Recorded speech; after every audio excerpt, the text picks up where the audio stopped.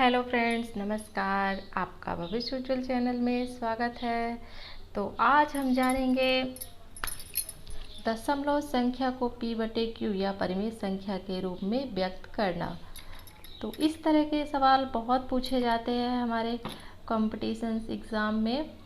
तो आज हम इन संख्याओं को जानेंगे कि दशमलव संख्याओं को हम परिमेय संख्या में कैसे व्यक्त करते हैं, जो कि बहुत ही आसान विधि है, आसान ट्रिक है। तो आइए हम जानते हैं इन सवालों को परिमेय संख्या के रूप में व्यक्त करना। तो देख रहे हैं पहला सवाल क्या है, 0.15। इसको हमें परिमेय संख्या के रूप में व्यक्त करते क्यू के रूप में। तो पहली संख्या है 0.15। अब हम इसको क्या लिख सकते हैं? तो 0.15 को हम लिख सकते हैं 0.15 और बटे का चिन्ह लगाएंगे और दशमलव की जगह हम क्या करेंगे, 1 लिखेंगे। दशमलव की जगह 1 लिखेंगे और दशमलव के बाद जितनी भी संख्याएं हैं उतने 0 रखेंगे, यानी दशमलव के राइट हैंड साइड में जितनी भी संख्याएं होंगी उतने हम 0 यहाँ पर रख देंगे। तो यहाँ पर कितनी संख्याएं हैं? 2। तो हम 1 इसका 0 और 1 इसका 0, यानी 2 0 रख देंगे। और दशमलव के लेफ्ट हैंड साइड में क्या संख्याएं, हमें इन संख्याओं से कोई मतलब नहीं है। सिर्फ हम देखेंगे कि दशमलव के राइट हैंड साइड में जितनी संख्याएं होंगी उतनी 0 हम बढ़ाएंगे और दशमलव को 1 के रूप में हम लिख देंगे। जब दशमलव को 1 के रूप में लिख देंगे तो यहाँ से दशमलव क्या हो जाएगा, गायब हो जाएगा, यानी चला जाएगा। तो अब हम इस संख्या को क्या लिख सकते हैं, 0। अब 0 लिखे या ना लिखे कोई मतलब नहीं है, फिर भी हम लिख रहे हैं 15/100, क्योंकि लेफ्ट हैंड में 0 लिखने से कोई फ़ायदा नहीं है। अब अगर ये संख्या कटती है तो हम काट देंगे। तो देख रहे हैं 0 को हम हटा रहे हैं, क्योंकि 0 लिखने से कोई भी फ़ायदा नहीं है लेफ्ट हैंड साइड। तो ये संख्या अगर कटेगी तो हम काट देंगे। देखते हैं कट रही है। तो 5 दूनी 10, 0 और 5 तिहाई 15। तो बराबर कितना आ गया आंसर, 3/20। तो आप देख सकते हो कितना सरल है इन संख्याओं को p/q के रूप में व्यक्त करना। अब हम 0.15 को क्या लिख सकते हैं p/q के रूप में, 3/20 लिख सकते हैं इसे हम। अब ऐसे ही दूसरा सवाल क्या है, दूसरा नंबर है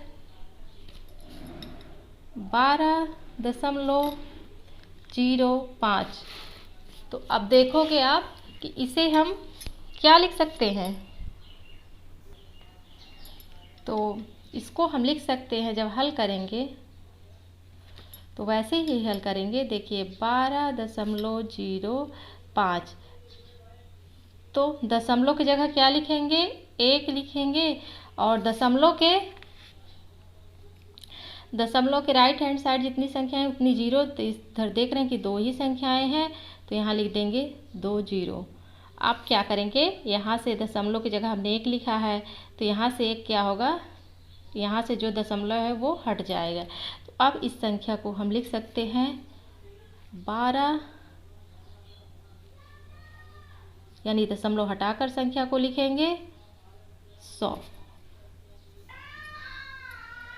अब देखेंगे ये संख्या कटेगी तो काट देंगे। तो देख रहे हैं कट रही है। तो देख सकते हैं 5 दूनी 10, 0 और 5 दूनी 10 और 2 इधर चले गए, 5 चौक 20 और 5 इक्कम 5। तो देख रहे हैं 2 से 41 एक प्राइम नंबर यानी अभाज्य संख्या, भी ये नहीं कटेगी। तो हम यहाँ पर क्या लिख सकते हैं, बराबर 12.05 को p/q के रूप में क्या लिख सकते हैं, 241/20। ये आ गया आंसर। तो इस तरह अंकों को, दशमलव वाले अंकों को हम p/q के रूप में काफ़ी आसानी से लिख सकते हैं। अब आइए अगला यानी तीसरा नंबर देखते हैं, 1.5। तो इसे अब हल करेंगे।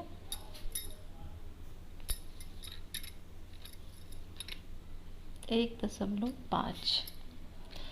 अब देख रहे हैं 1.5 क्या है, कि दशमलव के बाद एक ही संख्या है, तो दशमलव के फिर से इसे लिखते हैं 1.5 बटे में क्या लिखेंगे, दशमलव की जगह 1 लिख देंगे और एक संख्या है 1 0 कर देंगे। अब यहाँ से 0 क्या होगा, हट जाएगा। अब इस संख्या को हम क्या लिख सकते हैं, 15/20।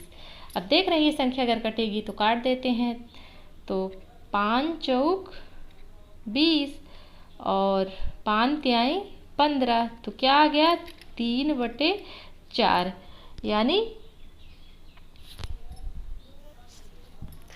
सॉरी यहाँ पर 10 है और यहाँ पर 20 लिख दिया, तो गलती इससे। तो यहाँ पर हम क्या करेंगे, 10 लिखकर संख्या को काट, तो यहाँ पर क्या लिखेंगे, दशमलव हमारा चला गया तो इसको लिखेंगे 15 और नीचे ये क्या कौन सी संख्या है 10, तो यहाँ पर हम लिखेंगे 10। तो क्या होगा, अब देखते हैं ये संख्या कटती है तो काट देते हैं, तो देख रहे हैं कट रही है। तो क्योंकि दशमलव के नीचे 1 आता है 2 नहीं, तो यहाँ पर 10 होगा 20 नहीं, गलती से लिख गया था। तो अब इस संख्या को हम काटेंगे, तो देख रहे हैं 5 दूनी 10 और 5 तिहाई 15 बराबर क्या आ रहा है 3/2। तो 1.5 को हम क्या लिख सकते हैं, 3/2। ये क्या आ जाएगा, आंसर आ जाएगा P/Q।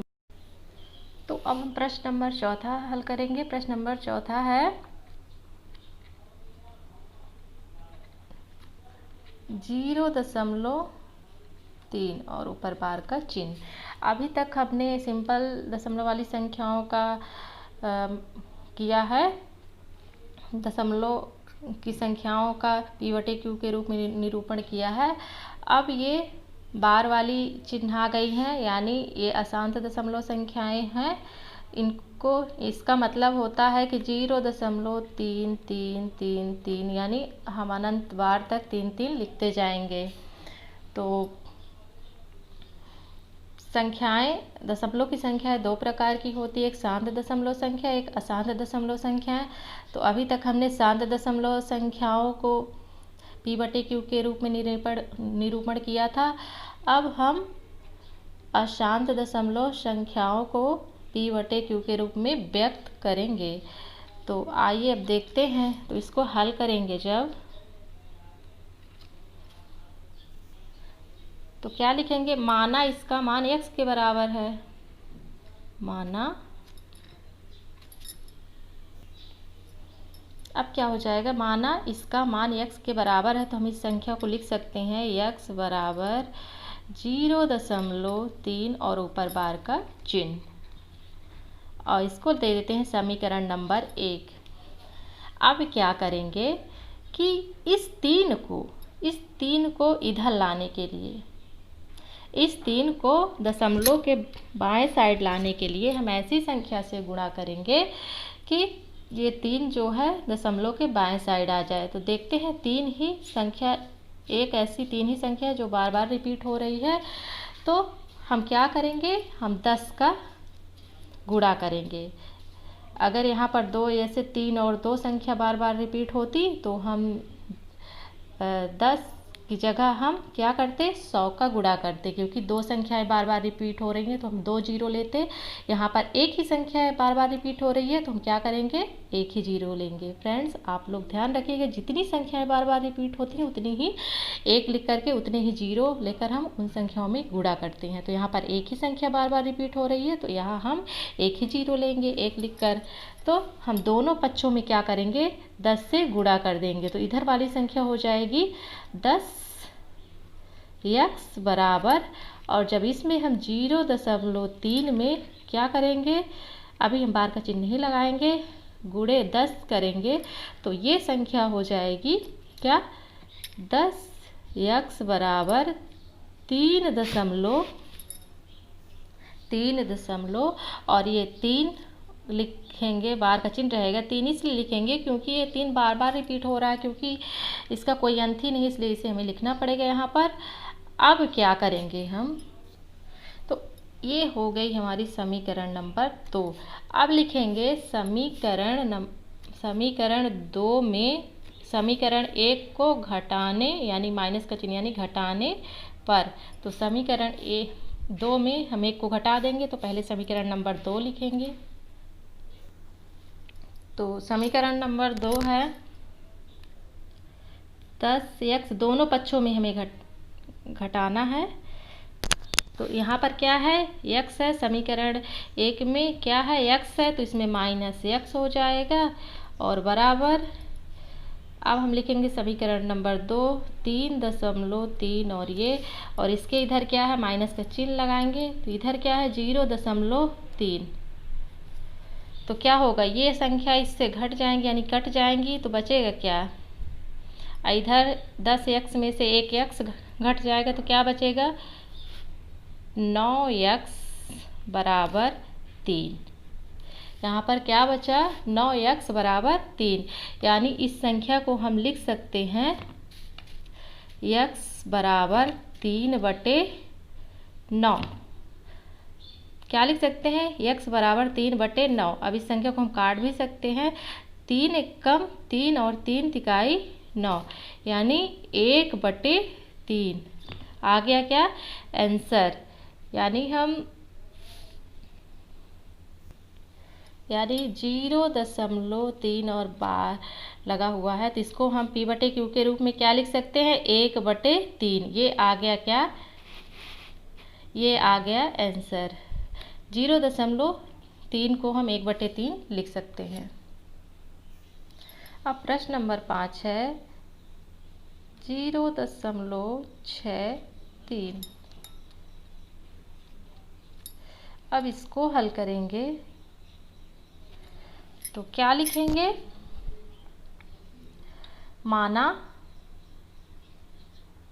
वही लिखेंगे बिल्कुल माना। अब देख रहे हैं कि 0.63 के ऊपर क्या है बार का चिन्ह है तो यहाँ पर लगाएंगे तो इसका मतलब ये होगा कि इस संख्या को हम अगर लिखें, ये भी अशांत दशमलव संख्या है तो 0.6363 यानी अनंत बार 63 का रिपीट होता चला जाएगा। इसलिए हम इसको 0.63 लिख करके दोनों के ऊपर बार का चिन्ह लगा दिए, यानी दोनों संख्याओं का बार बार रिपीट हो रहा है। तो इसका मान क्या मान लिए हम x के बराबर है तो इस संख्या को हम लिख सकते हैं x बराबर 0.63 और ऊपर बार का चिन्ह। अब इसको हम मान लेंगे समीकरण नंबर 1। अब बिल्कुल अब वैसे ही करेंगे, हम ऐसी संख्या लेंगे इससे गुणा करने के लिए, दोनों पक्षों में गुणा करने के लिए। अगर इस पक्ष में गुणा होगा तो इस पक्ष में भी गुणा होगा। तो देख रहे हैं यहाँ कितनी संख्याओं का बार बार रिपीट हो रहा है, 2 संख्याओं का। तो हम क्या लिख लेंगे, 2 जीरो लेंगे। तो 2 जीरो लेंगे और एक हम दशमलव की जगह पर 1 हमेशा लेते हैं तो क्या हो जाएगा 100। क्या हो जाएगा 100, यानी 100 से दोनों पक्षों में हम क्या करेंगे गुणा करेंगे तो इधर हो जाएगा 100x बराबर, इधर क्या हो जाएगा, इधर हो जाएगा 0.63 गुणे 100। अब जब हम गुणा करेंगे तो इधर हो जाएगा 100x बराबर, इधर ये किधर आ जाएगा बाएं साइड, यानी दशमलव के बाएं साइड आ जाएगा 63 हमारा। तो हो जाएगा ये 6 और दशमलव बाहर चला जाएगा तो इसके इधर हो जाएगा दशमलव। 100 से गुणा करेंगे और ये संख्या बार बार रिपीट हो रही है इसलिए ये संख्या यहाँ पर हमेशा रहेगी। अब इस संख्या के ऊपर लगा देंगे बार का चिन्ह और इस संख्या को दे देते हैं समीकरण नंबर 2। अब वही करेंगे जो अभी हमने किया था कि समीकरण 2 में 1 को घटाने पर। तो क्या करेंगे, समीकरण 2 में समीकरण 1 को घटाने पर। अब हम पहले लिखेंगे समीकरण 2। तो समीकरण 2 है 100 इस पक्ष का और इधर क्या है x है तो यहाँ पर माइनस का चिन्ह लगाएंगे और x ले यानी x घट जाएगा, बराबर है बराबर का चिन्ह करेंगे। फिर क्या है 63.63 और बार का चिन्ह है और इधर क्या है माइनस का चिन्ह लगाएंगे, माइनस का चिन्ह है। समीकरण नंबर 2 को लिख देंगे 0.63 और बार का चिन्ह। अब देख रहे हैं ये संख्या इस संख्या से क्या होगी कट जाएगी तो हमारे पास और 100x में से 1x क्या होगा, घट जाएगा। क्या होगा, 100x में से 1x घट जाएगा। तो क्या संख्या बचेगी यहाँ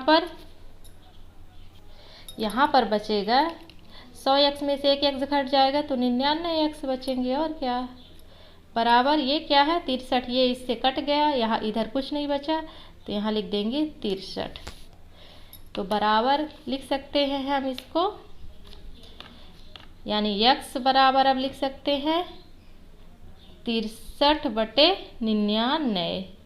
क्या हो जाएगा, 63/99। अब इसको हम काट सकते हैं, देखिए काटिए, 3 तिकाई 9 और 3 तिकाई 9, 3 दूनी 6 और 3 एक्का 3।